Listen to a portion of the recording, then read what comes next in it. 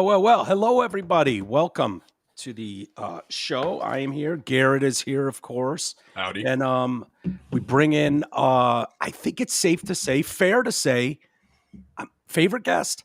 I think Dave Landau is favorite guest. Thank How are you. buddy? Yeah, I'm for real, good. man. I so enjoy conversations with you. Likewise. Yeah. It's really fun. I can't tell you how excited I am for Normal World in January with Drew and myself. Dude, it's going to be awesome. That's How going to fun be, I'm really excited for that. Yeah, so I think the plan is, I think Drew and I are going to come a couple days early. Okay. And I think he's bringing Tess. Yeah. And I think he's bringing Tess. And I'm like, dude, if you go early, I'll go early. He's going to get a suite somewhere. That's just the way he rolls. Oh, I'm sure. Yeah.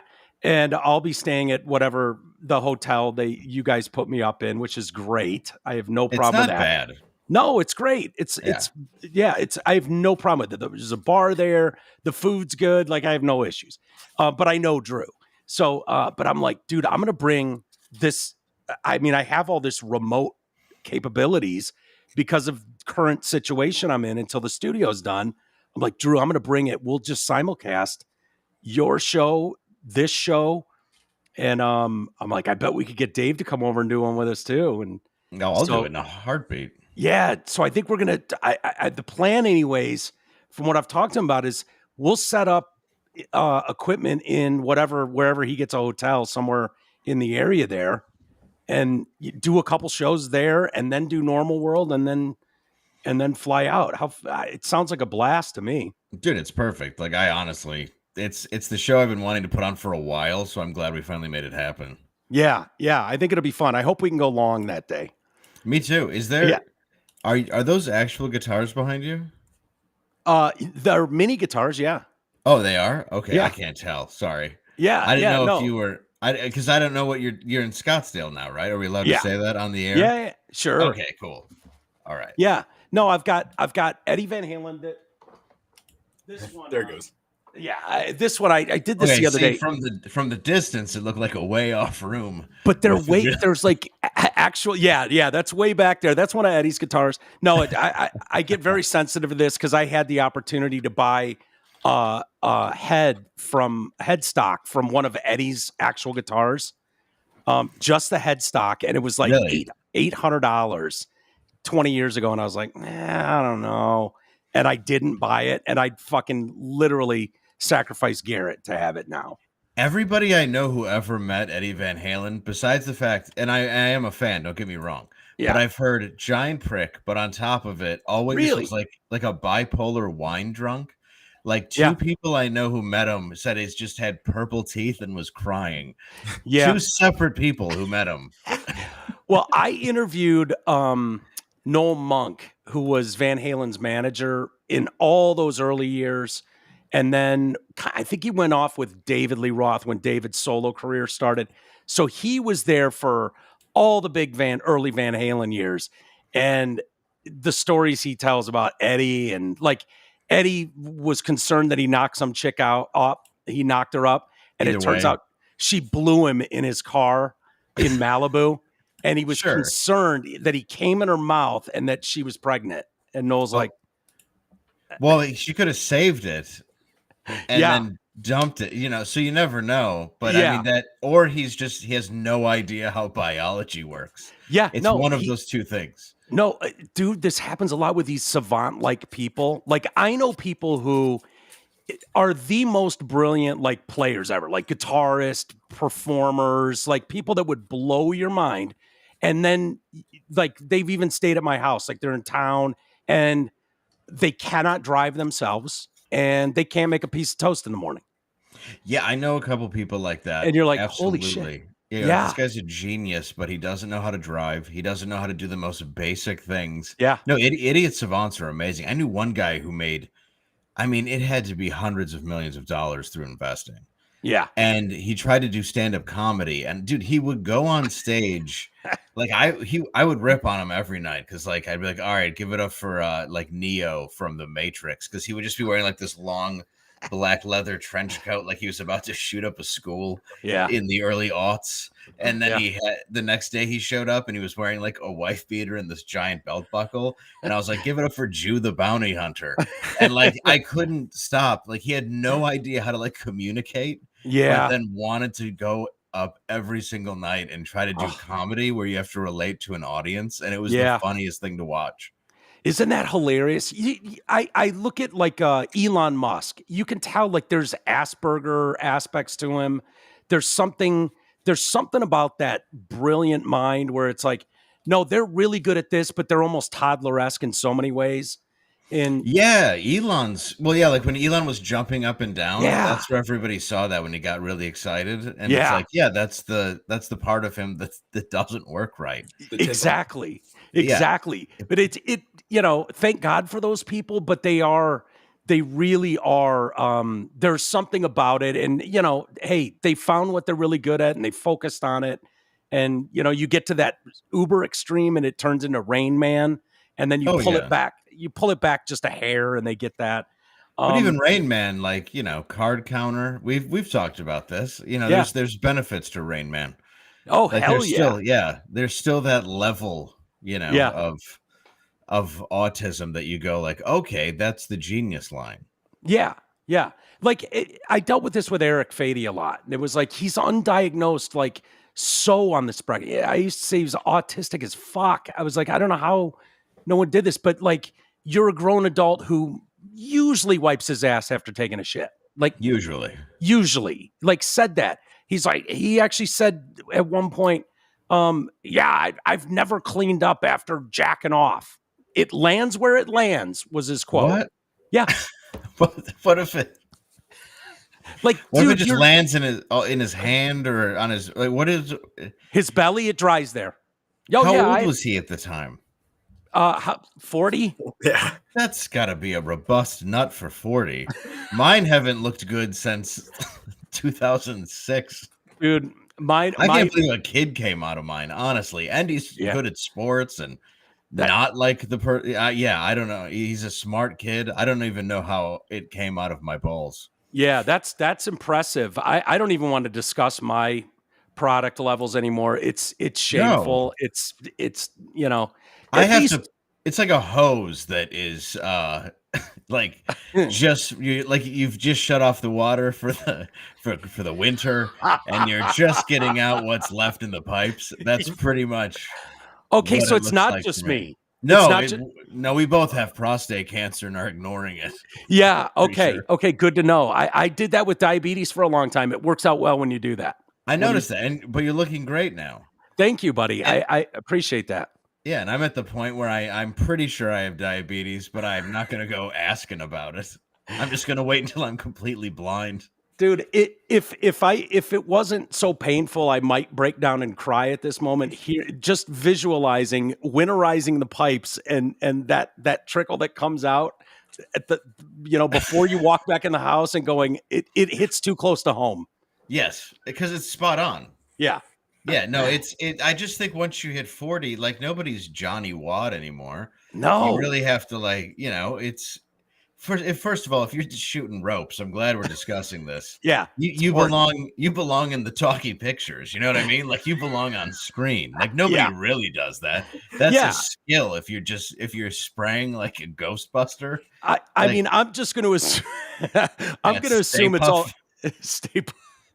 Stay hard, Marshmallow Man. Yeah, it's all over his face when he's trying to climb up the side of the building. I'm just going to assume, dude, that is CGI at this point. That anytime you see that, it's no humans doing that. It's got to be. I mean, It's hard to say if it's CGI because the girl's definitely broken. Like, you think there'd be a way to CGI her to look happy? Yeah, but there's not. No, there's not. There's no way to put souls in the eyes of someone caked in steam. Yeah, dead souls are what they are. There's no fixing that. No, the dead soulless eyes are a thing. Yeah, no. The weird thing is, it's like Jaws, no pun intended.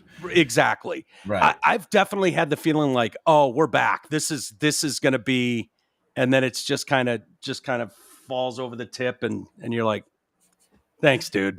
That felt great. I'm like, when I pee, who's the dude? But when I pee, I'm like, hopefully, like the rest will get out. Yeah. Because it's just shameful. Yeah. This is going to be presented at a prostate cancer seminar somewhere at some point. Yeah, they're going to be like, 2 guys had like stage 7 or whatever it is, and had no idea. Just thought that they had stomach aches a lot. We've lost them both at this point, and this is proof of why this is not a laughing matter. Look at these 2 assholes laughing. That seminar will be held December 13th, 2024. Yeah. Exactly. It'll be a couple days from now. Yeah, exactly. What are you you're in Detroit today? Are you home for the holidays? Yes. It's awesome. How is it around there? It's good. The weather's up and down, which sucks. I mean, because I'm sure what we want to do is talk about weather, but I get to see a bunch of my friends, which is awesome. And I just get to be home, and my kid and I, we were just outside hanging up Christmas decorations, which is always fun to do. And I put my I don't have Elf on a shelf. I have Snoop on a stoop. Okay. And that's who my son thinks watches them. Oh, okay. I like that better than the Elf. Yeah, and reports back to Santa. He's upstairs between 2 trees. My son doesn't get the joke, but that's what I got. Excellent. I have no problem with that. It's weird for me because being in Scottsdale right now, it's so like Michigan, you just know with the seasons, and it's like, it's colder out, like football season doesn't feel like it started because I look outside and it's 80 and sunny. It's weird. Dude, it's great. I mean, I'm sure it's a sign the world is ruined right now. Like something bad is happening, but I don't hate it. I just wanted to stop going from cold. Like, just pick a temperature. Yeah. And then we'll be good. Yeah. Like, I mean, I'm old enough to remember white Christmases. Yeah. Stuff like that. I don't know. Dude, Halloween, it was like 70. It was amazing. Yeah. I was walking around in a short sleeve shirt. I haven't done that. I don't think I've done that with my son ever. Yeah. What did he go as this year? He was Ghostface. Oh, okay. From Scream? Is that Wu-Tang? No, he was full blackface. Yeah, from Scream. Full blackface. Were you ODB? Yeah, I was old dirty bastard. I was Raekwon the chef. Nobody could guess who I was. You've always been old dirty bastard, though. I mean, what did you go for Halloween? Oh, right. No, I was the RZA. He was the Jizza. So, how long are you home for? Are you home for a few days? Are you doing any shows in town? No, I'm leaving Friday. I'm doing a show for the troops. It's actually this organization that my dad's one of his good friends, who I call my uncle. He runs it. He's a former Marine, and what he does is he helps take care of vets when the VA won't take care of them. Yeah, and he puts all the money towards that. So I'm doing it completely for free. Not to say I'm amazing, but it's like, if anybody is watching and you're near Atlanta, you can come out this weekend. Yeah. Tickets are on DaveLandau.com. 100% goes to veterans. It's my way of giving back and trying to fight what happened with my dad. So, it's interesting you say that, because I've watched some interviews of you over time, and I didn't really know your background story outside of you. But the trickle down effect of what happened in your formative years with your dad leading to your mom, and, hearing you talk about it, express it, is kind of remarkable. It doesn't surprise me at all that you focus on that. I think you've done it before multiple times. And I can't remember who I was watching an interview with. It might've been Michael Malice. Yeah. And you guys were talking about this, and it was heartbreaking in a sense, like the audacity of people to be like, you're some alt-right guy or something. And you're like, no, I just don't trust these fucking clowns in the government for what they did to my family. That's exactly it. And that's why I don't mind going on any show that pushes against that. But people are so quick to label everybody and push them into a corner and it's fun to watch now that, I don't know, Trump won, and you just see both. I don't know, man. It's such a mess when you watch people get pissed off and blame you and go after. Like, I dealt with just years of it, and Yeah. I still do, and I just don't care anymore. Like, I don't think I have to explain myself to anybody at this point. Basically, like, long story short, the government killed my father as a result of Agent Orange in Vietnam. They did nothing to help him. It led to my mom's suicide. I want them to pay for it. I don't care if it's financially even to me or onto other troops, but he lost everything, and I watched that happen from the time I was 13 until he passed when I was in my late teens. And it's like, it sucks. So yeah, anybody who has that opinion, I can just, I'm just tired of hearing it. Like, and I had for years, like, just, it was from doing Anthony and Artie's show, which makes no sense to think I'm on that as like a conservative. Right. And then I did Crowder's show because I was being paid to be on Crowder's show. And it's as simple as that. I'm doing a job. Yeah. Yeah. No, I don't understand it. It's really the most troubling part about so much of what we've seen in society is this, like, oh, you did that. And where it really bothers me is when you do that to our comedians. That's where it's like, hey, you can't box comedians in. Like, their role is what it is, to entertain, to make laugh. And, as well as anybody, like, I often say things I don't even believe on this show, trying to make someone laugh. Sure. Well, of course you do. That's what a comedian does. I mean, if I did half the stuff I say on stage, it's a felony. I'd be in prison. Exactly. So, and then the other stuff that I say that's real is because it's part of my story and it's jokes that I like to talk about and stories I like to talk about. Yeah. But yeah, you can't. Yeah, there's no reason to hold anybody to this impossible standard we have. And I mean, dude, the terms like woke and cancel culture are so boring to me at this point that I hate discussing them on any level. Because to me, it's all the same thing. It's just pandering. It's just pandering across the board to get likes and to get people to like you. And you're doing it in the worst way possible, which is trying to please everybody and police language. And it's the most aggravating, boring shit. I don't know how else to put it. It is what it is. Yeah. I still don't mind talking about it on some level, because I don't want people to think that I don't see what they're doing. Like, I see what the grift is. It doesn't surprise me that studies are being done saying that DEI, that's a story today that came out about this. And then to find out it's buried by the New York Times, when we've looked at we've done research, and I guarantee these studies are funded and grants are given and money's wasted across the board to prove something is what they're trying to do. And when those reports come back and they don't say what you hoped, whether it's trans stuff or DEI is, wow, what a shock, causing way more damage and rift between people. Like, now you're involving me. You're involving all of us. It's like, I know my neighbor who happens to disagree with me politically. He's a good dude. Like, I'm not going to. That was kind of why it was the point of never discussing it so publicly. To prevent all of that. And it's like, my honest opinion is, wherever it falls in, I don't care what anybody is, what anybody does.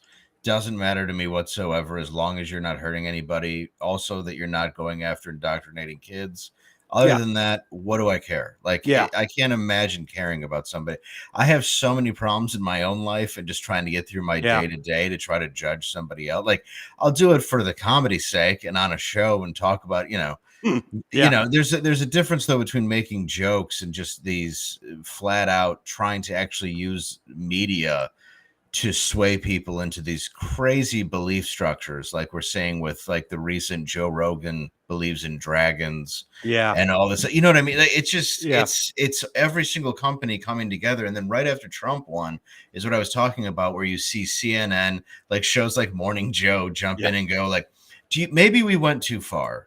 Maybe, and then you see Jen Psaki coming out and going, maybe we should have done the #1 podcast. Maybe we should have. And then. Yeah. So it's like you see all these people coming out and trying to keep their audience by instantly backpedaling. Yeah. And it's fucking funny. Sorry, I don't know if we're live. Sorry. No, you're it's, good. It's you're funny fine. to me because it's like, I don't know. Just watching all of them go like, I think maybe we went too far with defending everything. Well, You know, they're melting down too in a lot of course. respects, seeing these people and totally missing the bigger picture. Like, I don't know if you ever watched Joe Rogan's show, Yeah.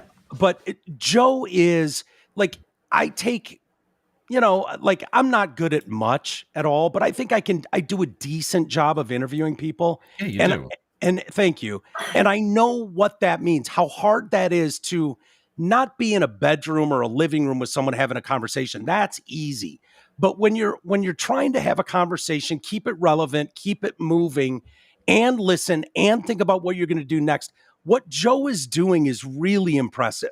To not have that kind of background, to be able to do that apparently with little to no notes in front of him and have that kind of relevant 3-hour conversation, to have these fucking clowns and these media empires like talking down or shitting on that is just, I don't even know what to make of it at this point. Well, he makes more than everybody at CNN combined being a real person. That's the problem. That's what they Yeah. don't get about it. And Joe, I know him personally, and I'm not like being like, "Hey," but I'm Yeah. just saying, like, he's one of the celebrities that doesn't come off like a celebrity. Like, he's Yeah. genuinely comfortable to be around, where you stop even looking at a hierarchy or thinking that there's somebody above you. It's just a conversation with somebody. And when I see him at his club, it there's few people that have that sort of lack of ego that can pull that off. I mean, he has less of one than a morning, like an afternoon drive host, you know? So, and I think that's his benefit. And I think the problem is I think it's a lot of reason why he does what he does is it's like, you have to focus so much on advertisers, and we've been so convoluted as a society and so contrived that you're not even sure what you're supposed to advertise at without offending people. Right. You're not even supposed to. So, I mean, trying to run any of these empires and please every single person who's going to put money towards your show is virtually impossible. Yeah. Well, the key to Rogan is having fuck you money when he started, Of course. and already having his ego in check. And it comes up exactly what you're saying about him, because we've had Joe on the show, back on the Drew and Mike show many times, promoting Fear Factor or something like that, or whatever he was doing at the time. But I don't know him. I've never like been in a room with him, but you can tell from listening to him, it's impossible to fake in 3-hour conversations and hide who you truly are. That's the beauty of it. And you can tell that's exactly how he presents. And if you listen for any length of time, you go, yeah, that's a dude you'd want to hang out with. Of like course. A genuine guy. Yeah. Yeah. No, and that's exactly how he comes across in real life. And that's a hard thing to sell, is like, it's very hard to be genuine in any of these medias, in any of this now, because there's an agenda that's pushed by everybody in the same, what is it, 4 people that own all of media. I mean, it's why there's so many independent outlets that are going on right now. It's the same as how the Onion buying Alex Jones thing was kind of a stunt, and not through Alex, through them. To build them back into relevance, where it's like, okay, so it's fine to use your network to use Alex Jones's name for what he did that you think is so bad, but then it's all the same. Like, there's no difference in any of these people. It's just selling out to the highest dollar every single time. And then, of course, you find out it's not on the up and up. And the Onion didn't just raise money themselves and go, the highest bidder wins. I think I heard Alex on your show talking about this. And I think he was saying something along those lines. Like, it just seems so dark. And no, it was sold directly to whoever they wanted to sell it to. And it was whoever once financed the Onion. And then once that got leaked out, the deal fell through and somehow they got it back. Like, long story short. Who got it back? I believe InfoWars is still his. Okay. Or at least he's able to fight it now, because the way that it was taken was the way all of it was taken was kind of ridiculous. Like, I fully disagree with what he said. I told him that when I first heard he said it was ridiculous. Yep. But at the same time, you're talking about $1 billion in damages. That's nothing more than a stunt by the government to tell you to be afraid to speak. Yep. And that has absolute ripple effect down the line. It's the point I make. Like, it doesn't affect the guy that can already afford to deal with that. It affects the up and comers that worry, oh, if I say the wrong thing, you're done. You're wiped out. and you don't have the personal ability at that stage. And so that's what I worry about is like, I don't want my young comedians worried, yeah, Kurt Metzger's going to be just fine if a club wants to make some publicity stunt and go, oh, him and Jim Florentine are banned from performing. Like, okay, they'll be fine. They're established comics. But it's the young kid coming up that sees that and goes, well, I got to stay away from these topics. You know what I mean? Like, I don't want it. It kills art. Yeah, right. So it just kills anything you're trying to do to put out there that's genuine, and that's very difficult now. And I think it's harder and harder to find, even though there's more of this than there's ever been. Yeah. Do you think it's gotten better in your traversing, like comedy clubs and whatnot? It feels like that woke thing kind of died on November 5th. A lot of it with Trump. Even before that, but I don't know. A lot of the people that are going to complain about that don't necessarily go to comedy clubs or don't necessarily go to see. Like, I've had people try to pull stunts. Like, really? Oh yeah. Like, dude, I was on stage in so it was Tacoma, Washington, and I was doing a trans joke about me, and just talking about how if I was a trans swimmer, it would make no difference whatsoever. Yeah. Like, I wouldn't be winning any trophies, so nobody would complain. They'd just be like, I don't know who this fat girl is. Like, she clearly has diabetes. Yeah. Her balls are hanging out of her bathing suit. Like, that's the whole joke, is that I'm not. And this guy stood up and he's like, this is the most transphobic show I've ever been to. And I was like, it's not, though. And he goes to pull out his phone. And I said, so you're recording me? I will not watch the language. Thank you. Sorry. Did someone say to watch the language? Yeah, it's funny. No one's going to be watching language. Yeah, I love that Jesus comes back. So, but he stands up and I go, "You're gonna pull your camera out and record this? Because like, there's trans people in here. There's all kinds of people in here." And he's slowly putting it back in his pocket, and then he walks out to leave because he's embarrassed. And so, the joke's about me, not him or a group of people. And as he's leaving, the guy's like, "I have to pay your bill, right?" And the bouncer, and he goes, "Oh, right, yeah." And he's like, "Can I just go back in and watch the show?" He's like, No, you're not allowed here ever again. Like, this is not how that works. But he showed up to have that moment where he picked any random comic, waited until he heard, and then tried to get a viral video, and the entire audience just looked at him like, dude, no, it's not. That's hilarious. Well, no, to me, it's like there's a target in a joke and there's subject matter in a joke. And so subject matter doesn't make something hate speech. Like, that joke you're talking about is basically self-deprecation and like, look at what a mess I am. Can you imagine me in an insert group here? And the joke would work.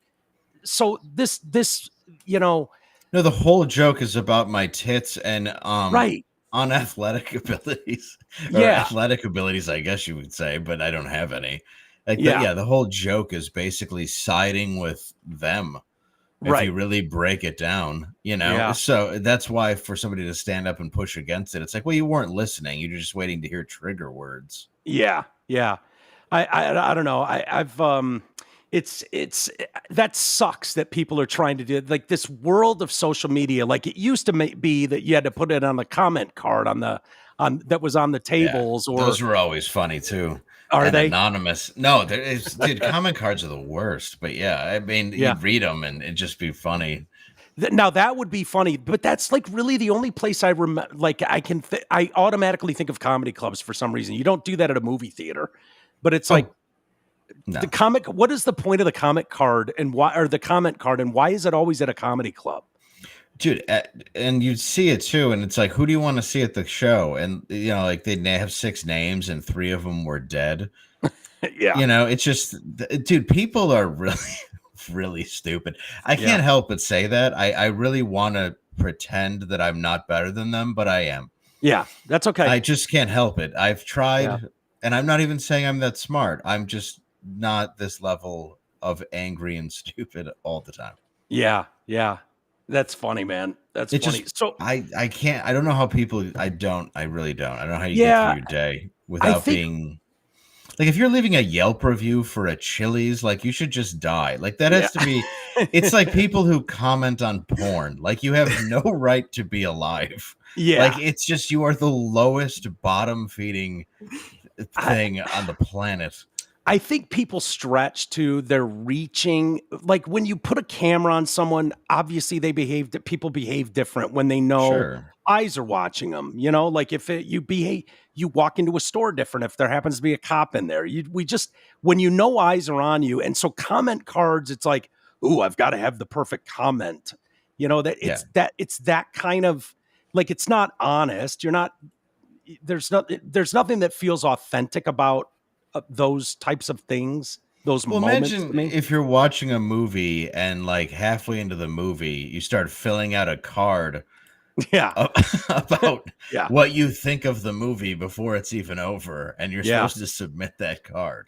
You're Yeah. not doing it because you liked it. You're doing it to get free tickets or something. Like anybody who fills that stuff out is basically just it's to Yeah. get something for free.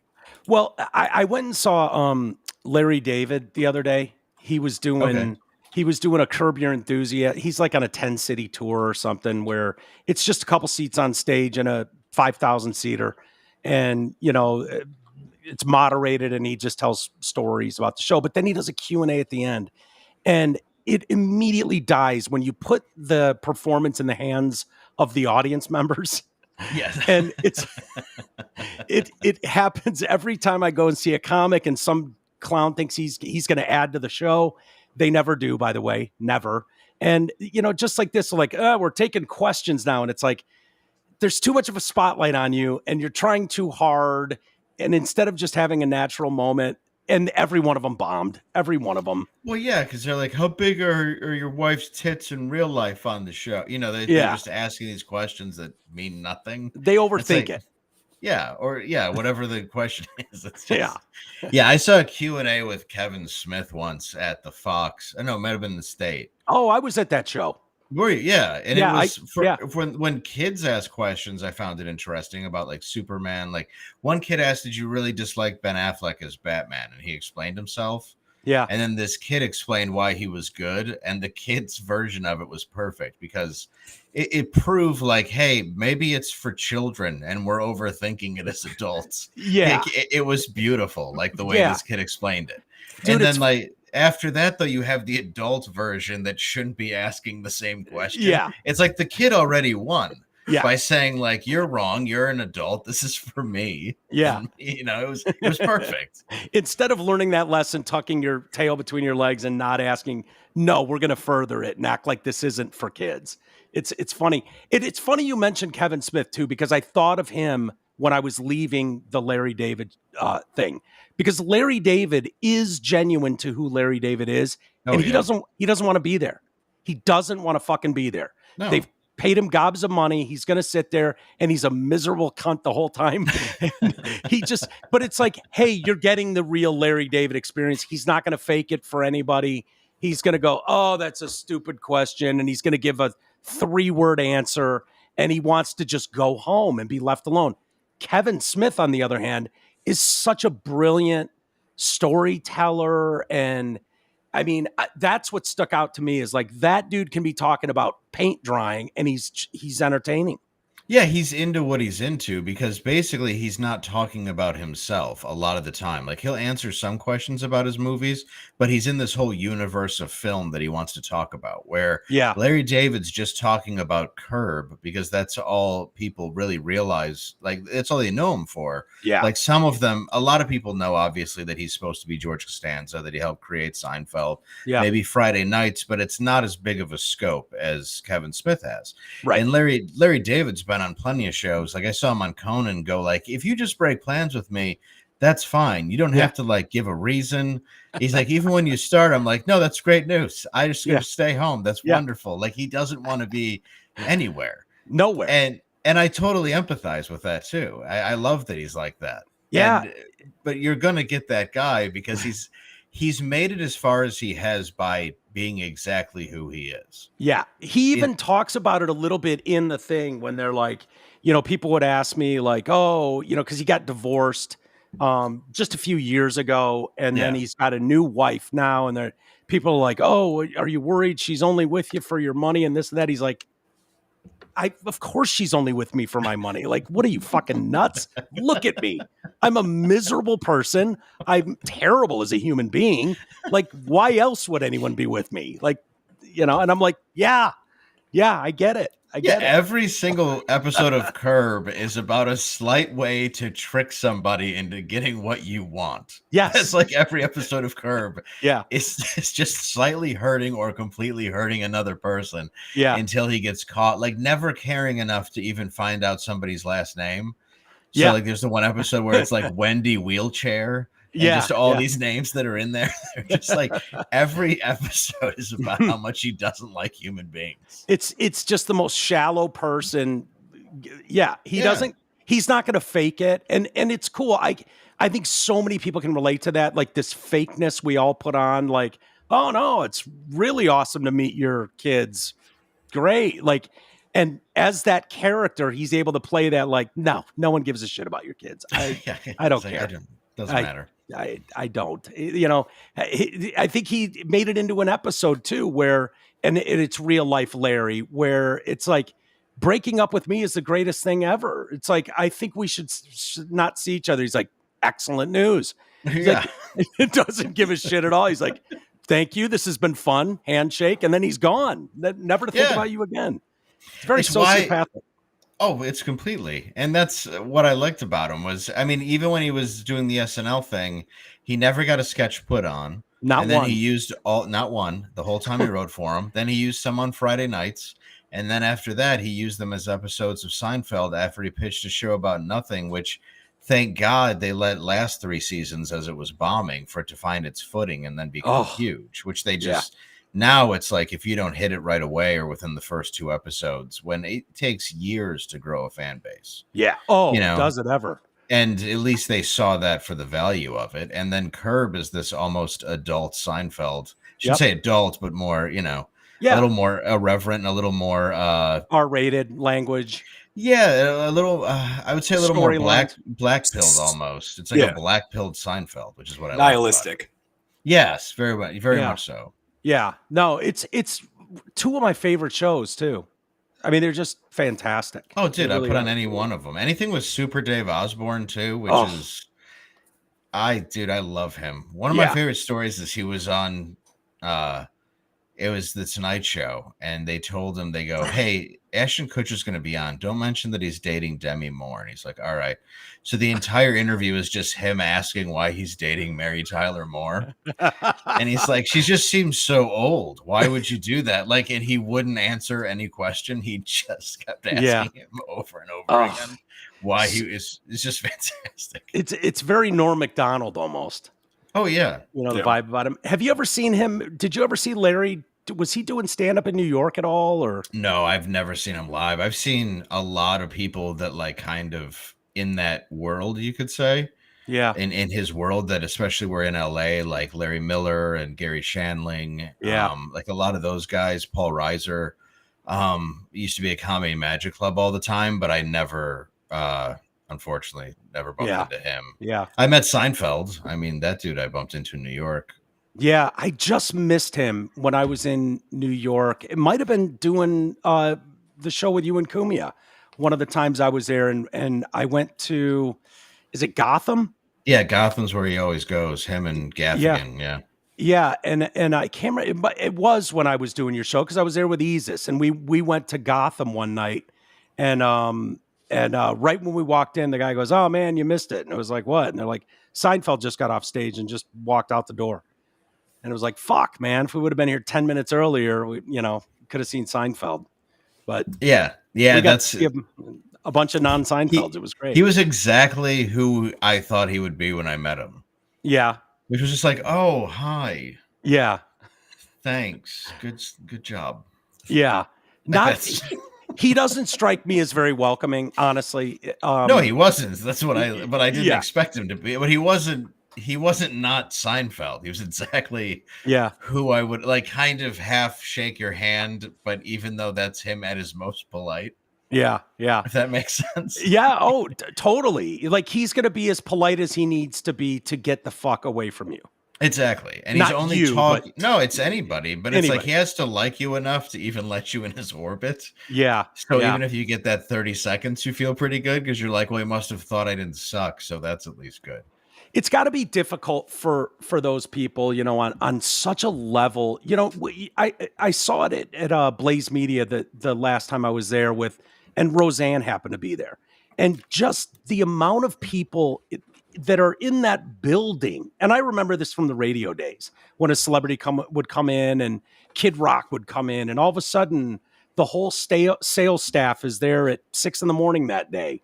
You know, you'd never see him before 9 any other time. But it's like, it's got to be weird for those guys. Like everywhere they go, everybody's looking at them. Oh, for sure. Yeah. I mean, there's certainly a benefit to that, though. But yeah, I agree. I mean, Roseanne was the one where like I just waited for her because I hadn't seen her in 10 years. And I just wanted to be like, hey, let's chat since, the last time I saw you, I was being kicked off a TV show because you didn't get a joke. And, but she was cool. So I was happy. And, it turned out that was more or less a choice from the Suits who felt that I was too irreverent for NBC.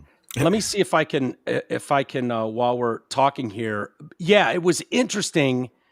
Hold on. Let me see if I can find it. If I can find it from when I was there. Sorry, this is totally unprofessional, but it was really cool to see the look on her face when she would put it 2 and 2 together. Like, oh yeah, you're that Dave Landau. And she kind of got it, from that she hadn't seen you in a decade from when she booted you off an NBC show. Yes. Or at least they played it that way. Yeah. Which was odd because she loved me. And then it was just like, yeah. Oh God, I wish I could find it. I have pictures of you meeting her for the first time. I was going to send them to Garrett real quick and have him pull them up so people could see, but it doesn't matter. It's funny, man. I wish I would have remembered because I was and honestly, I was kind of in awe just seeing Glenn Beck. He's kind of a legend in that space. In radio, and Glenn's there as well. And so it was like, fuck, man, that's Glenn and Roseanne. And it was kind of a cool moment to be standing there. And I totally forgot that I was at Roseanne's final taping of the original Roseanne show. Were you really? Yeah. Yeah. I happened to be in Hollywood and made friends with the ticket chick. And she was like, you're not going to believe this, but tonight's the final taping of Roseanne, the original. Yeah. ABC. The original ABC. Yeah. Yeah. And so I was in the studio audience and I remember absolutely being blown away by Roseanne, who probably said cunt 40 times in the warm up to the audience. She did it in the brief time we met her because she wanted to go have a cigarette. Yeah, exactly. Remember the brief time we were talking to her. I should say I was reuniting, and then she like took a picture with me, and then they're like, "Do hey?" I think it was Angela's like, "I want a picture," and she's like, "No pictures." Not until I have a fucking smoke. No one talks to me till I have a fucking. She says I ain't doing shit till I have a fucking smoke. Yeah. But yeah, it was interesting. Right when we locked eyes, and then she remembered. And I was like, "Oh yeah, there you go." Yeah, she's like, she was cool as hell. She looks like she's like, "Is this guy gonna grab me?" Yeah, I didn't approach her in a way. It doesn't look like it. Friendly. No, I said like, "Hey, Roseanne," like real. Yeah. By the way, I'm dying to know, was it hard to get into work on November 6th? Were they able to squeegee all the cum off the floors? They were not. Blaze Media? They had to shut it down due to flooding. Yeah. There was I always think like, did they want him to win? Seeing as like a lot of the money can be made by attacking the system. Yeah. But no, it was everybody certainly was celebrating. I was in Detroit, like I was downtown at the American Coney Island with Charlie LaDuff. Oh yeah. So that'd be amazing. He was great. Yeah, it was great. So I was working with him that night, and then I was interviewing people during the day that I put together, and then I went to Trump's on 8 Mile. And was saying that I thought it was the his headquarters. Dude, that video is so funny. So funny. It just shows how good you are as a improv person. You probably had kind of a almost Curb Your Enthusiasm-esque outline about what you were going to do, but I didn't have much. Yeah, no, you can tell just how good you are on your feet. Thank you. That it's, for those that don't know, we're talking about a sketch that I think aired on Normal World. Yep. But it was you as like man on the street and interviewing people about who they're voting for. It was right, but it's kind of an election special bit. But yeah, dude, you standing in a cemetery with all of Kamala's voters. Yeah, dude. Outside of abandoned houses with some of the households in the neighborhood that are voting for. Dude, and I included everybody I talked to. This one lady, I cut it out for her, but I was saying how I had just seen Stevie Wonder, and I go, "Do you believe this, that he can actually see?" Because she said that one of her brothers was one of the original Spinners. Really? Yeah, we actually ended up singing Spinner songs and stuff that we didn't put in the episode, like me, her, and Derek were duetting, or I guess, a barbershop 3-tetting or whatever. Yeah. But it was fun. But she was like, "Oh, no, he can see." And I was like, "Are you sure?" I just watched. She goes, "No, I knew him intimately, and he can see." And I was like, wait. So you had sex with Stevie Wonder? And she's like, "I'm not saying that. I'm just saying that I knew him intimately, and I promise he can see." And I was like, "Can I air this?" She's like, "I prefer if you didn't." So I didn't. But really, she was saying that, yeah, she's like, he can see. Because there's people that come out and are like, "Look, he can drive," which I think somebody would have seen Stevie Wonder driving a car. I just don't buy that. Somebody would have noticed. Well, this is interesting because years ago on the original iteration, if that's a word, of the Detroit cast, Jay and I watched a video. I want to say it was like one of the Hall of Fame induction things where everybody's performing and it's one of those jam sessions, and Stevie was part of it. And someone knocked over a microphone stand. And if memory serves, the motherfucker caught it. And we were like, "Hey, you're not supposed to be able to see. How the hell?" What if it's like Daredevil, though, and his other sense are heightened so he can just see like so many shapes via sound? Could be. I think he's got those wacky googly eyes. If you take his glasses off, though, I think he's got that thing going on, which, that's a telltale sign that seeing for you is not your thing. When they've got the washed over googly eye thing going. Well, and his head's moving. Like, I understand there's a beat, but even when he would kind of stop to talk to the audience, you were like, "Hey, we should get back to that music," because it just wasn't really. Yeah, that's sorry. That's completely distracting. It was an amazing show. Don't get me wrong. Yeah. But there's another one that say like somebody threw a bottle or something and he moved. Yeah. But I don't know if that's true. That could have been added later. Like, why would you throw a bottle at a Stevie Wonder? I just don't see it happening. Yeah, it's going to get confusing. It's going to suck as we get further down the road with AI, because you're going to be so easily able. It's going to be great for people that fuck around on their wives or their girlfriends or husbands. You're going to be like, "That's not me. Somebody went out of their way to put me in a Motel 6. Right. Even though you work at Hertz rental car. For some reason, there's somebody AIing your affair. Right. The days of Marion Barry getting caught from across a fucking alleyway smoking crack in a Washington hotel room and just going, "Ain't me." And everybody goes, "That was you. We watched you on video." Like, those days are going to be, we're going to lose all that. We're going to lose that ability when it's like no matter what you do, Marion Barry would love to live in the times now where it's like, you can smoke crack and just say, "I don't know what you're talking about, man. That's AI. They're doing crazy shit with AI these days." It was positively quaint. Yeah. I mean, when you think about it, like back then, because like, you really had to work for it. Now anybody can be accused of anything and you can make something to back it up. Yeah. Like, you really had to earn it or be sloppy. Yeah. Like, really right up until the end of when Kwame was in office. Like, even up until now, like, you really had to be sloppy. Yeah. And I mean, Marion Barry was, when you're smoking that much crack that you eventually get caught, like, or like the dad from Elf. Oh, dude. Yeah, that guy loved crack. He loved crack and dude on dude sex. He loved gay sex and crack, right? He liked very well hung black men and smoking crack, while the guy who was writing Elf was Jerry Stahl and was on heroin all the time, which I love. Yeah. And that's how Elf was a show. Dude, Elf is a great show too. Oh yeah, it's a cat. It's an alien that eats cats. Yeah. And it's being written by a heroin addict. And it was on for so long in the 80s because everybody was on coke going like, yeah, no, it's good. It's a hit. Because they had 4 channels. You're going to watch it. Whatever was on, I guarantee you, at a minimum, it got 40 million viewers a week. Guaranteed. Easy. Like, can you imagine? Like, nowadays, you have to put just a stupid fucking game show on TV. Like, because it costs $5 to make.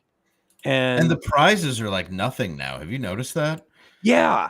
Like, even when you watch like old Price is Right, dude, it's like a Lincoln or a Caddy. It's like the nicest, most high-end thing you can get. Yeah. And now they're just like, it's a 2008 Ford Fusion. You're like, what? Is this gonna give out used cars on Price is Right? Like, all the stuff is just like so mediocre. Wouldn't you think you would think it would go the opposite way, wouldn't you? Like, oh my God, back in the 80s, they were giving out, $100 like it was a big deal. And now we're giving away $1 million for, but no, you're right. No, in the early 2000s, it hit $1 million. And now it's like, now you can go to the Golden Triangle with where they make the most heroin. Yeah.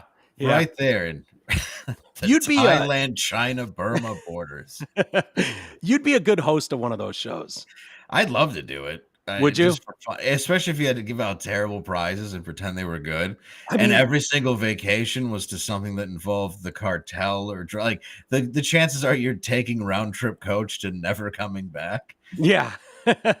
Well, dude, you know what would be awesome to see? Because I agree with Crowder when Crowder used to say Dave Landau's the fastest man in comedy. He was not wrong about that. I agree.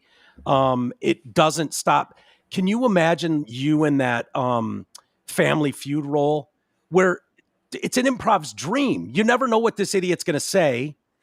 It's like the opposite of Steve Harvey. I'm just really disrespectful to everybody who's not white. Yeah. It'd be perfect. It's just uncomfortable for everyone. I love Steve Harvey because he's so openly racist on that. Oh yeah. Like if a white person says anything, it'd be like, all right, what's something you bring to a picnic? And they're like, sandwiches. And he's like, what? What sandwich? I can't even believe that was on the board. All right, whatever. Cheese? What? He's good though. He is pretty good. Oh no, he's fine at what he does, yeah. But I just love when I love his he openly detests white people and pretty much anybody else on there that's not a black family. And even he's kind of crappy to them sometimes. Yeah. If there's a real light-skinned one. Yeah. He'll let that one slide. No, he's kind of rude to them. If I remember correctly, I mean, he's dressed like it's Easter Sunday at a black church. He's dressed like he's about to take over Gotham City. He's got like, it's like there's more buttons on his suit than anything. It's like 15 buttons on each side. And like, the ties up here and then just the collars like right here. Yeah. And that mustache. Oh, yeah. Dude, I saw him once. He was in the Bahamas.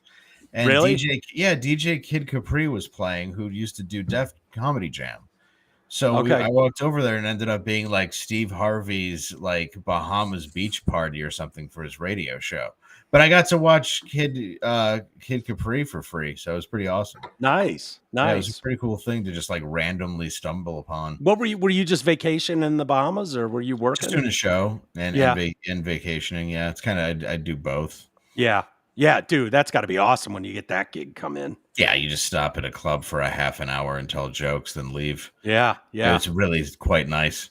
Well, it's interesting that watching over the last couple of years, I don't know what it is, but you've been in the middle of some of the biggest stories out there, in the Cumia story, and then leaving there, and it gets national news. And people are kicking around. It dusts up the Opie and Anthony stuff. And there's Dave Landau in the middle of it. And then obviously Crowder. And then that thing went global as it comes out. Yeah, that went really large in a way that, Yeah. I mean, it worked for you in Quarter Black because that helps promote your show. Yeah, I know. I guess, yeah, any promotion is good. I didn't know it was going to blow up quite like that. It got huge, and it was picked up by every outlet in America was talking about it. And then the debate, people having a legitimate debate about whether or not Steven Crowder's a horrible person to work for. Mm-hmm. And then people that hated him already, really digging in, and it just got huge. And then I'm watching. People loved him too, though. I mean, I got the brunt of that too. Yeah, and that's what I was going to ask about. And lastly, to wrap it up on that, but I'm watching, all of a sudden I get this breaking news. Tim Pool announces he's leaving his show and can't find confidence. And I'm like, oh, Tim's pretty big. Let me see what Tim's talking about here. And fucking there's Dave's dumb face. So what you're saying is this is the last TDC episode. I'm like, wow, dude, this is hilarious. What is going on with Dave Landau being in the brunt of all these stories? I told him that. I was like, this is great. Because he's like, let's just do a show anyway. I'm like, good, because this is great for me. I love being on like when podcasts are spiraling. And fortunately, though, whatever I said to him seemed to help, because I was just explaining to him, people love what he does, love him, and that I did it in my own way, and there was some obvious discomfort in the room. I get working with people who don't do what they're supposed to do. This is such a good and it's such a good gig. Like, it's not just do the one thing you're asked to do. Yeah. And then it works. That's so I totally understand, because you've seen what I've had to deal with at times where it's like, you're making everything so difficult when I just need you to edit this, or I just need you to do this. It's very simple. It's hard. It's hard, and I know that feeling of wanting to do more and stuff. And I don't know exactly what Tim was dealing with. He's probably, you can tell he's a really hard worker. He's one of those kind of in the weeds. He's boots on the ground and trying to find people in your orbit that have that same sort of drive and ethic is probably not super easy. No. But yeah, it's hard. It's weird for me because I always understood my role with Drew. Like, I knew what Drew was and Mike was, and I knew what my lane was. You know what I mean? To get drugs. That too. To get shit faced. You were a coke wrangler. No, yeah. To just, but like, I don't know. No, you knew how to produce a show. Like, you were good at it. That's the reality. And there is that adage of, no matter what you do, you'll never work as hard for yourself as, other people will, which is true. But you're also hiring all these people to do these things. They hired you to do a certain job. And part of that is like, you have to work as hard at that job to then achieve later in life for yourself. That's why it's so strange to me when people, don't do like that. That was my issue. Like, joining Cumia was amazing. It was a dream come true. Him and Artie and being in the middle of that was incredible. Yeah. And it's not, and you talk about it and you try, it's very hard to explain to people, like, being immediately hated, being immediately tricked onto another show because of certain jealousy, and having people come at me and attack me because I haven't dealt with the pests. I didn't know who they were. True. I didn't know how ugly it was about to get. I didn't know any of this stuff. Yeah. So it sucked. And it's like, it also sucked being part of something when I wasn't getting defended. So you mean from Anthony or from no, Anthony was always good to me. Like, that's the reality, but it was just a lot of people were pissed off I got that role and did something about it. Yeah. And it was what it was, but for 3 years I had to deal with that shit every day. Yeah. And then when I went to Crowder, we got along very well. I mean, I was doing stuff with you. I wanted to do a show even with you. And it was like, we worked really well together. And then we toured, and then we had an agent that was dividing us. And then we had all this other, like, people don't really know what's going on behind the scenes, where to even come out publicly with anything was nothing more than trying to prevent something much worse from happening. Yeah. And that's the only reason why I said, and I never said the real reason why I left. Like he and I know the real reason. You know the real reason, but it's Yeah. like, and I had a very legitimate reason to leave. I didn't want to. Like, who wants to leave any one of these jobs? I did. Of course. But the truth is I only left Anthony's is because I thought he was moving to South Carolina. He was. Yeah, and I can't justify a lot of what you see now. Yes, you can see the movie at comedygenie.us. Sorry, but just side thing. What is that? My movie, The King, but it's like, The King. Yeah, The King of Detroit. But yeah, it's hard. Like, you were on one of the biggest shows, so you get it.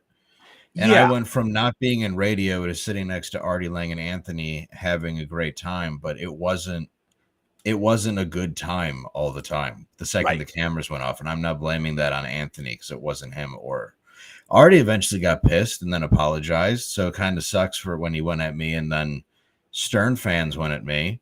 Oh, I didn't hear about that. Yeah, what did they go at you for? Artie insulted me online because he was pissed off I had his job, and I didn't want his job. I wanted to do radio with Artie Lang. I wanted to be third mic. Yeah. So to deal with that every day, and then the reason why, these various things happen, and a lot of people don't realize everything that goes on behind the scenes. That's why it's funny when someone's like, it's because he's lazy and doesn't have a work ethic. I'm like, I shoot a show 4 days a week, fly around the country to do stand-up. I write every one of my shows myself. QB will tell you that. He doesn't write anything.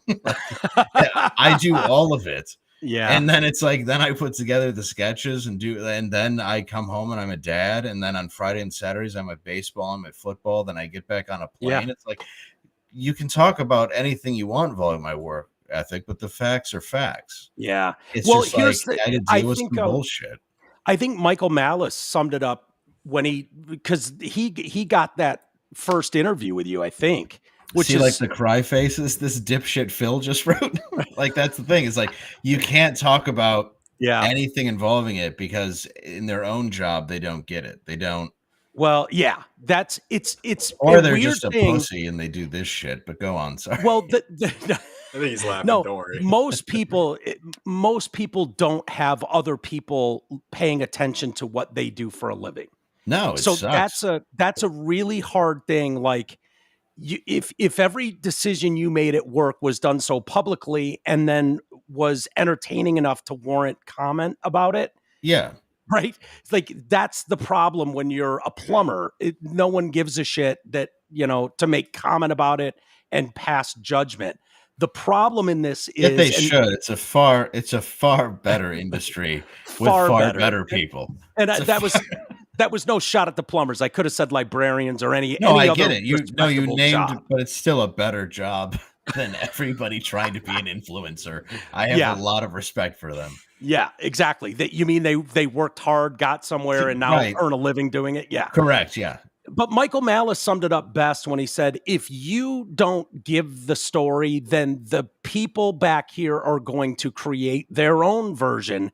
And that includes whatever is going into their daily existence. And it's so true because, you're going to come at it from whatever angle and compare it to your own world where your boss is a dick and they fired you. And maybe that's how it went with Dave and Anthony or Steve. Like, they create their own narrative if you don't put it out there. But at the same time, like, there's no fucking way I would publicly talk incomplete about the world of the Drew and Mike show, or you would about. You can't. No, no. That's how we fucking push shit down and die early. Is like, yeah, right. No, that's the deal. Is I get to die at 58, and that's just how it goes. Of a massive stroke from hiding all my pain in from the time my dad got sick to the time that I walked away from $1 million contract. Yeah. You know what though, man? I have a feeling talent has a way of rising, and no matter what you do, you're going to be successful at it and grow from there. It's all part of the plan. Oh yeah. I don't care. I mean, at this point, there's just a level of where I stopped. It sucks.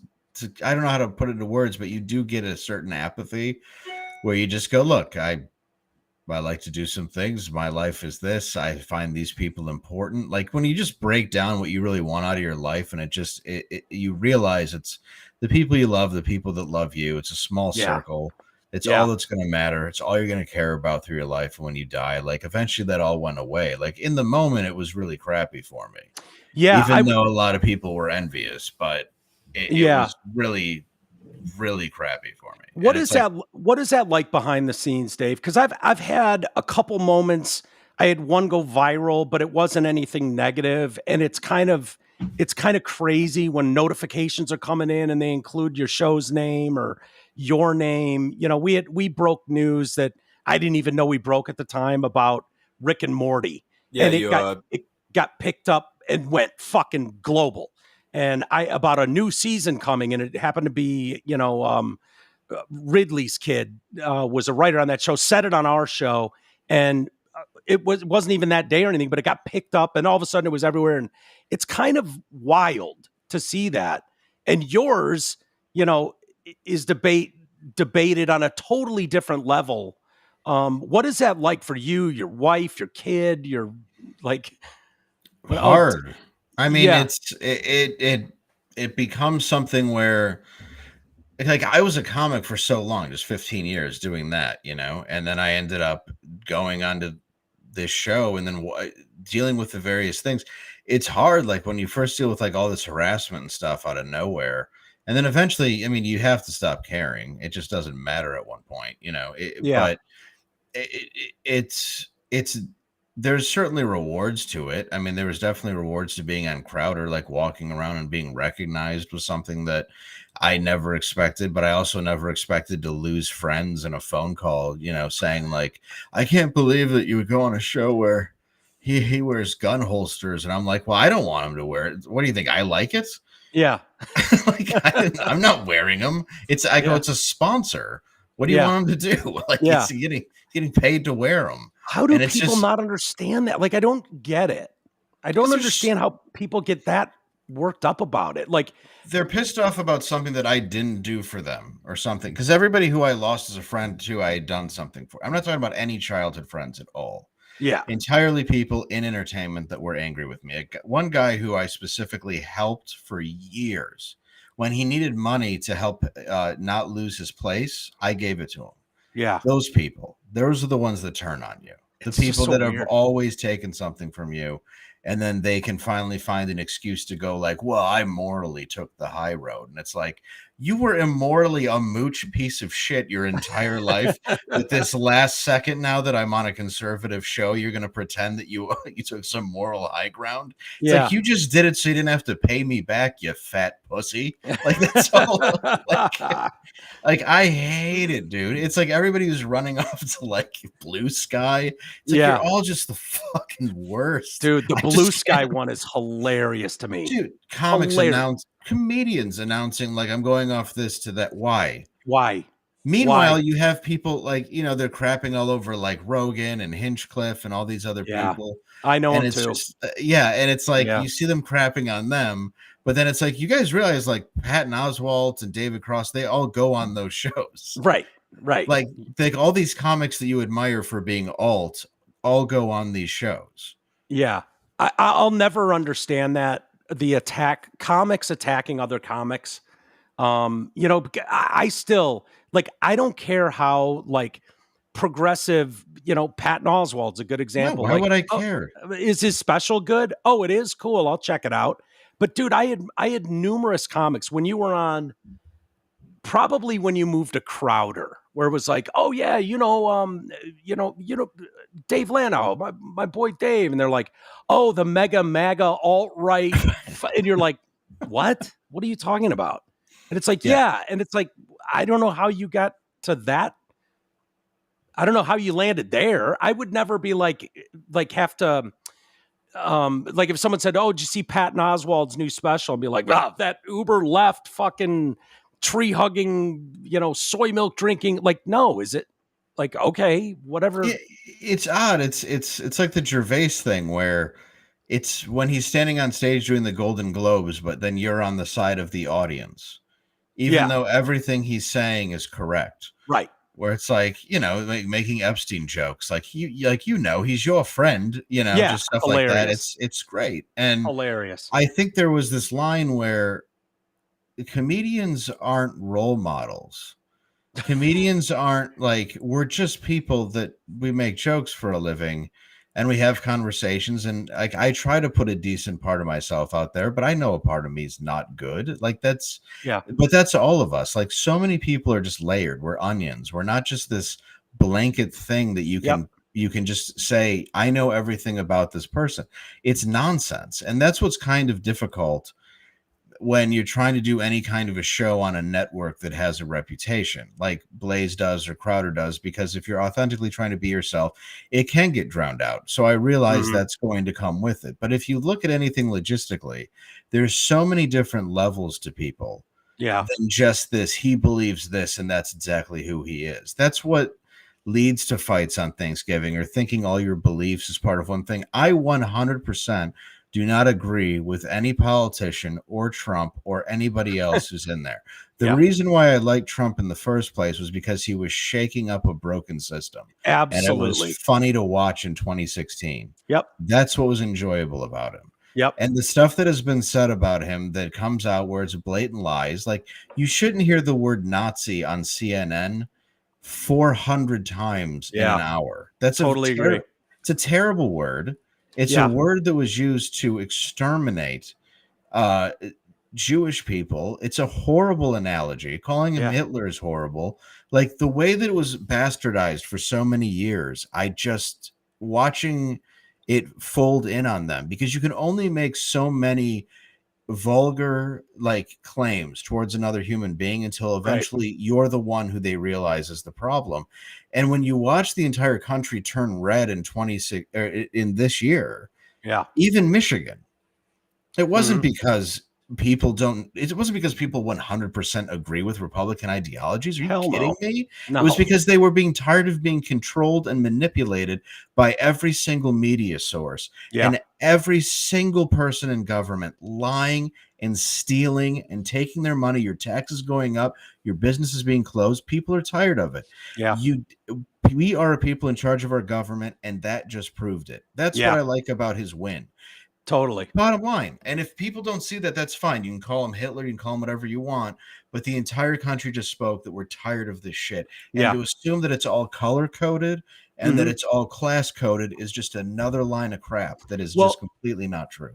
First off, I'll say, and I agree with you completely with what you just said, every single comedian that I respect, every one of them, there's not one that I'm not talking about, is fucked up in some way.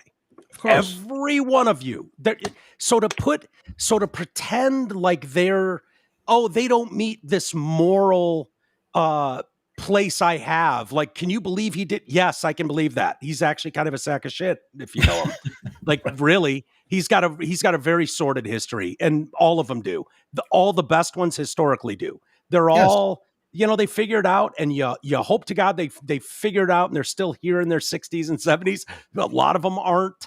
But, there used to be a time, and I remember it, and I loved the video you put out. It was kind of behind the scenes, and Glenn Beck is walking outside the studios, and you are dressed up as a gay biker, and he's just like, what the fuck is... Dude, I'm like full Scott Thompson as Buddy Cole in Kids in the Hall. Yeah. Just all leather with a mustache. Hilarious. Full Rob Halford. So we used to all as a society, and believe me, I know what I'm talking about because I remember doing this on the Drew and Mike show, where leftists, rightists, and everything relied on the comic to go, yeah, that Tim Walz guy seems a little weird. And then a comic puts his finger on it and puts a bit like that together and references like, yeah, we all see it. And dresses like the gay bikers, support for Kamala and Tim Walz. Get yourself... Yeah. Like, in the video, and we would all find that funny. We would all find it funny. And the video went really well. No, and I didn't mean to cut you off, but what I was jumping into with you there that's what it was we watched an actual commercial where you hired these flamboyant actors to say stuff for the Kamala Harris, the Kamala Waltz campaign, to say he has my full-throated support as a man, while a guy's sitting effeminately on the back of a truck. Yeah, and it's with no irony, at all. Yeah, and that's why when we did it, most of the lines that we used are just from the commercial. Yeah. It's just I happen to be, instead of like a dude lifting weights, I'm just a guy dressed up in bondage gear who looks like I'm from Cruising with Al Pacino and about to get fisted on a swing like Bruno Kirby. It looks like a Village People video shoot. And that's what it became, is we added the Indian, we had the cowboy. The cowboy was already there. Everybody was already there until you get to the Indian and the Leatherman. Yeah. Otherwise, the real commercial had all the other characters. Was that White Dudes for Harris? Is that what that was? It was a real commercial for White Dudes for Harris, and we simply just changed 2 of them out. We switched 2 of them out for Village People. Yeah. Well, I am a firm believer that the one thing you can't fake, and I'm waiting for other people to catch up on, is authenticity. Authenticity is what Joe Rogan has in spades. That is, it's like, why is he getting 30 million followers a show? And what are we missing here? It's like, because there isn't a formula. There's not a formula. So when you think, oh, white guys like pickup trucks and flannel shirts, we're white guys for hair. It's like, no, you're missing one critical point, the authenticity part of it, which is why it's so easy to mock when you put together the video you did and we all go, yep, that's what I saw too. Yeah, it's exactly that. And when you look at somebody like Rogan, the idea is it comes into, and sorry, I just caught that in my eye that I faked the Bill Maher cadence. This is literally how I talk. I don't know how else to tell you, but I don't know if that's at me. I think it's at me though. It's at you. They've been saying it back and forth all day. What are they? What are they talking about? I'm not picking up any Bill Maher in your. I sound like Bill Maher. I think it's because I can read. I speak well, and they don't know. They don't want to just scream gay, so they just scream. You sound like Bill Maher. Yeah. Which is strange to me because, again, how long have you known me? This is just how I speak. Oh, I only had on the audio. I thought this was Bill Maher. No, we're not in a sex dungeon in L.A. No. I'm not sitting here interviewing Hawk 2 and rolling up a joint and trying to get everyone to agree with me. Yeah. So yeah. But no, I've heard that before. I get that and a tell. Those are the 2 things. But, a tell. Yeah. That's a compliment. The Maher I find more irritating for a lot of reasons. Yeah, I bet. I have respect for Bill Maher on some level. I do. So do I. He was kind of taking the woke DEI fight to the people, many years ago. He recognized it. So I always kind of had respect for that. Yeah, I do too. I mean, I think that he took that side. I think it's odd he didn't go full into it, but yeah, I mean, you got to keep your audience, I guess, in some ways. There is that element to it, but yeah, no, I'm with you. I think the thing about Rogan is he listens to people and he wants to learn. Yeah. And then you as an audience member learn for 3 hours about whatever this person's expertise is. Yep. And the problem is with every other mainstream show, it's people who pretend they know everything. And that's just redundant and boring. And I think that's where Joe stands out. I mean, like I said earlier, the reality is people want to go like, okay, you're loud. Or like even this, for example, you're like Bill Maher, you have a political angle. So you're like, they want to be able to just pigeonhole you into something. Yeah. Like you're the loud, like, okay, for example, Bill Burr, like, oh, you're a loud Boston guy. And that's it. Yeah. They want to be able to simply pick whatever it is that you are. And then that's what they can kind of understand. And they think they can sell to the public. Yeah. So if they don't get what you are, it really bothers Hollywood. That was something I always dealt with was, well, like you're a dark guy, but you're relatable. So I don't know how to sell. Shouldn't you just be the dark guy, the dark one-liner? They need to pigeonhole you into something that's super marketable because they don't have an imagination past that. They just have this very small box to put you in. And the reason why Rogan blew up is because he escaped that box. Yeah, it's really cool to see how that works. And, Hollywood is what it is. It's a popularity contest. And, fit in a certain box. It's just the way that whole thing works. It's a dying industry too. It is. It's the mainstream media. It's the next one on the list. There's too many people. Thank God Shane Gillis didn't stay on SNL. Thank God you're not on some didn't have a choice. Program. Right. Thank God they made that decision. And then you get to see what Shane is doing with, his sketches and, Dude, he just sold out U2 for tickets. Like, obviously there's a market. Yeah.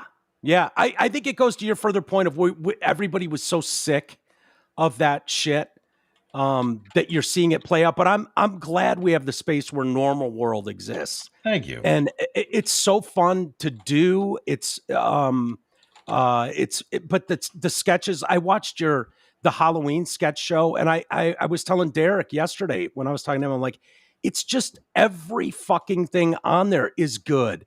And Angela is so good in her space. And Garrett is good. You're brilliant. I mean, dude, your fucking Vincent Price was cracking me up the whole time. Thank you. Funny, so good, so well written. I'm assuming you wrote all of it. A lot of it. Matt McClowry as well. Okay, Matt. I should have known that.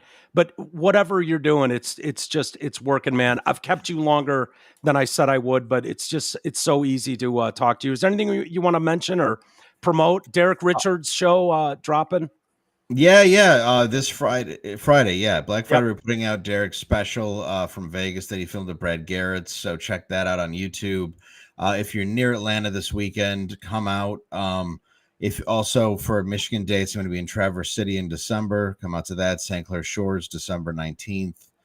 And DaveLandau.com. And I think that's it. And Normal World on the Blaze. Yeah, Normal World, YouTube on the Blaze. There's tons of stuff there. At Landau Dave on X, at Landau Dave on Blue Sky, I'm assuming. People can find me there. Yes. Yeah. Okay. They can find me there. I'm going to be skying it up all night. Yeah. Awesome. I'll look for you there. Please do. Wait. Yeah. Can't wait. Yeah, I have a lot of stuff on there. Dave, this is awesome. I didn't even get to any stories. It's just so easy to talk to you. It's so fun, brother. I'm honored to call you a friend, and I cannot wait to hook up in Dallas and do Normal World with Drew coming up. Your first show back, I believe, January 7th in Dallas. There, it's going to be a blast, dude. Yeah, it's going to be a lot of fun, man. And we'll do this more often too. So cool. Stuff to look forward to. I'm trying to pin Dave down and do this more regularly because we love having you, pal. I'll do it. Of course. Have an awesome Thanksgiving. Go Lions, man. I don't know if you're. Yeah, dude. Are you loving it? Yeah, I'm loving it. It's never it's like other than last year. Like I had to tell that to my son. I'm like, this is the farthest we've ever been. Yeah. And now I just want to watch. Dude, well, tomorrow's the Bears, so I'm obviously hopeful, but you never know. Never know on Thanksgiving. You never know on Thanksgiving. That's what I'm worried. Yeah. I've been to several games and they did not win. Yeah. So that home team on Thanksgiving is really tough. That's a really tough spot, unlike any other NFL game, because there's so many family obligations, people coming to town. When you're the road team, it's a business trip. You're going somewhere, you're playing a game and fucking off. For these players in Detroit and in Dallas every year, they've got aunts flying in and extended family and getting there's a lot more for them. So it ends up making their attention not 100% focused on these games. So keep that in mind when you're watching the Lions. Could the Lions win 50-0 tomorrow? Absolutely. They should. Yeah. I mean, I hope they do. Me too. Or else the bookie's going to really hurt me. So let's just hope.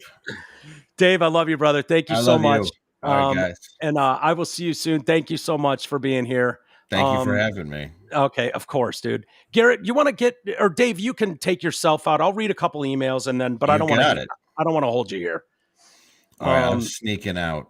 I'm going to figure this out and awkwardly be in the middle here. Just exit out of it. There you go. There we go. Love that dude. He's so fun. He's so nice. All right, let's do a couple of emails and get out of here. They've been piling up this week. Yeah. And real quick, just before we do that, it's funny. That's funny enough. One of the jokes from another show I watch, who's usually hateful towards everyone. The one person they can never hate is Dave Landau. Every time they bring him up, they just love him. They're like, dude, he's just too nice. He's genuinely the nicest guy we've ever talked to. Oh, he's great. He's great. And he's genuine. Yeah. It's It's too bad because I know why when people get into this space, like Dave's just he's a comic that's worked really hard. He's very talented. Yeah. And the goal is never, ever for people to not love what you're doing, not make the whole room. Your goal is never to have half the room laugh and the other half be bummed out. You know, that's where we've gotten with this political stuff. And I know we're all guilty of it on some level.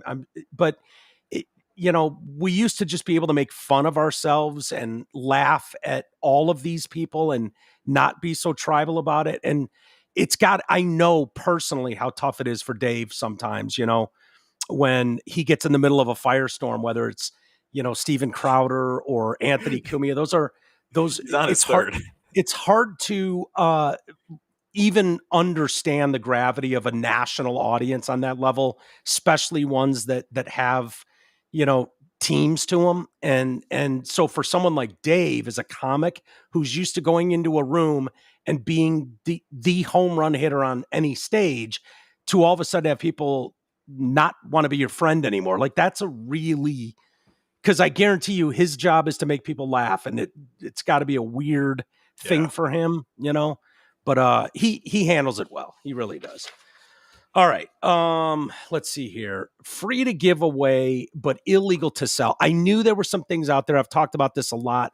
And this is going to talking about prostitution or sex, where I can go into a bar if I've got enough game, you know, historically you can just walk out and bang a chick, no problem. But if she sells it, if you pay her a couple $100, it turns into prostitution, you get it. Yeah. So I'm like, can you think of anything else that is free to give away, but then you're breaking the law if you sell it? I knew there were things, and people pointed that out. I brew my own beer. I also cure and smoke bacon. I would give a 6-pack of beer and a pound of bacon to friends and family as a gift. 100% legal for me, illegal for me to charge for those. I don't have a license to sell alcohol, nor is my bacon FDA certified for public sale. Great point. That's a good one. Sort of in the same realm. It's not like you're getting, when it comes to a piece of ass, that would be like, well, this one's been, you don't have a license to sell this, but if you did, you know, we could stamp approval on it and you could sell it. So it's a little bit different. I know that's for health reasons and for FDA, you know, your food isn't regulated. They don't know what you're putting in it, so they don't want you to sell it to the common public. They're the only ones that get to, they're the only ones that get to approve poison food. Yeah. So, as far as Doge, I would argue that there isn't a single thing the government does. I would argue that there isn't a single thing the government does efficiently. Can you name one thing? I'll wait. And further, if you can name one thing that government does efficiently, I would ask this one question. Does private industry do it better, more efficiently, and at a cheaper cost? Again, I'll wait. Hi, Woke Bay. He got me the first half, not the second. Yeah. He's I was about to say, we start wars real quick, and then it's like, oh, but if we usually just send BlackRock to do our dirty work. P.S. to the other emailer that also said hi, Woke Bay, I welcome that. Every emailer should say hi to Garrett. Okay, fair enough. Well, hello. Yeah. No, good points. No, I don't think there's anything the government, you know, if you want to talk about defending the nation, I think, if you were to go to war, if you were to have something break out, I would hope that we're about to find out. I would hope that the United States military could defend the borders as well as I would hope that. Yeah. As far as, you know, I don't know do I feel like the Secretary of State does a bang up job? No. I mean, it's fine enough. Do I think if you had that done privately, if there were, you know, where may the best Secretary of State win, it would probably be run much better, much more efficient, much faster. It'd probably be much better. You could say that with the postal system, probably be much better in the public's hands. But we are here. And there's thousands and thousands of government programs. You'd probably, you know, does Fish and Wildlife do a bang up job? I don't know. I'm not fishing and shooting. So, yeah, the camp guys are usually cool. Nobody has problems with those government agencies because they're usually just protecting the park. Like, hey, man, don't litter, clean up your campsite. And that's good shit. We get that. Yeah. Another one for this one from Ted. That which cannot be sold. Hey guys, listening to the member show the other day, and you posed the question, what besides sex can you give away legally but sold illegally? Generally speaking, I agree with you, but I do know of one other group of things that falls into this category. Any wild fish or game that is taken during the appropriate season cannot be sold. So as a deer hunter, I cannot take a deer and sell the meat. I can, however, freely give the meat to whomever I wish, even the local food bank. Show has been good as of late. Ted. He's seeking goats. These goddamn goat seekers. Don't give him the goat. Hey, Mike, just wanted to drop you a quick message. On the last episode, you talked about the pendulum swinging into a correction with the new generations coming up. I can say that I'm witnessing it in real time. My daughter's 22. She sounds pretty cute. Yeah, all yours. My son is 17, having conversations with them and their groups of friends, and all I hear from them is that they are sick of the woke world. The PC make-believe that they're being force-fed. The mainstream garbage media means nothing to them. I believe that wholeheartedly. The idea, the thought that little Marshall upstairs that can't wait to turn on ABC for his cartoons in the morning. Let alone a teenager who's gonna go fucking watch the news or any of those. No, they are going to social media. They are going to YouTube. That's what they're doing. What was that? That's exactly what I was saying. You're right. Yeah. I was just gonna say, like, name anyone my age who didn't grow up watching YouTube and not the news. None of them. Nobody. Dude, I don't even watch the news. No. And I'm fucking old as shit. So no, none of the younger people are. They're all sick of what's happening around them and how it's gonna shape the world that they're coming into. My son and his whole group of athlete friends are not going to college because they see the scam. They all want to go to trade schools or into a trade right out of school. Good choice. Let's see. To add to the conversation you and Garrett had, my wife and I were front row at Chris Cornell's last show. My wife still hates me for going to it. We'd seen him a dozen other times, and his last concert sucked. You could totally tell he was in a bad spot that night. We haven't been to another concert since. By the way, we went to Landau's show last Saturday. He's the best. He is. Yeah, he is great. Okay, first of all, that last show, Cornell show, was a while ago. You should probably get back out and see some shows. Yeah. But so also, that's the one where that was in Detroit, and he died that night. He hung himself, yeah. Yeah, maybe. Either way, but I'll tell you this. Hold on. I probably shouldn't say this, but I know people that were friends with Cornell that don't believe that. Ooh. And think there was way more to that fucking story. Way more to that story. So I don't know if that'll ever go anywhere or if there's anything to that, but there are stories out there, and I don't know that it's the. I should leave it at that. Let's just say I was going to say too. Yeah. Let's just say it involves rights to catalogs, and there's a lot potentially financially involved with the death of Chris Cornell. It's not my story to tell, but let's just say there are some people out there that wholeheartedly do not believe Chris Cornell took his life in a hotel room in Michigan. That's interesting. No, I wasn't there, so I don't know.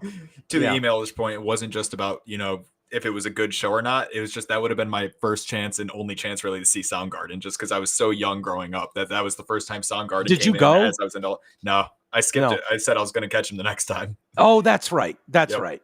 So I know it was a bad show, but I've heard nothing but bad things about it. But at the same time, I never got the chance to see Soundgarden before. That's funny. I have friends that were at that show. Was that at the State Theater? Is that where that show was? I think it was at the State. I know multiple people who were at that show, and I don't remember them saying the show was really bad. I think I remember Fox Theater. Okay. Yep. Great place to see Cornell. Was that a Soundgarden show or was it just Cornell? Soundgarden. It was Soundgarden. Okay. Yeah. I know Marisa was at that show. I don't remember her saying. I think a couple people told me that there was something was off with his voice a little bit, but that happens to singers all the time. Who knows? Yep. Who knows? Yeah. Anyway, we'll save these. All right, everybody. Have a great Thanksgiving. I've kept you long, Garrett. I'm assuming you're getting together with the hot mom for tomorrow for Thanksgiving. Yep. The warden is a fantastic cook, so she's working on some things here, and I'm really looking forward to it. I'm really looking forward to the Lions. And have a great one. I don't know if you want to do something Friday, maybe try to, or if you just want to take the weekend off and regroup for Monday. Maybe I'll text you afterwards and see what it looks like. Yeah, so far no plans Friday. Just give me a text, a heads up. Okay. See what I'm up to. You know what? I'm dealing with a bunch of stuff regarding this show really bothered me the last couple with the internet connection. And so there are multiple people coming into play to try to get as close to guaranteeing that bullshit doesn't happen again. But it's going to require some attention. And we were planning on that for Friday. So not saying that it'll be finished Friday, but so we're I don't know yet if we can do it, but okay. I'll text you, Garrett. But right, have a great Thanksgiving, dude. Say hi to Marina for me. Thank you everybody for listening. I hope you enjoyed Dave Landau today. He's I know Garrett loves him. I love him. And that was a lot of fun. So have a great weekend. Enjoy the holidays. We'll be back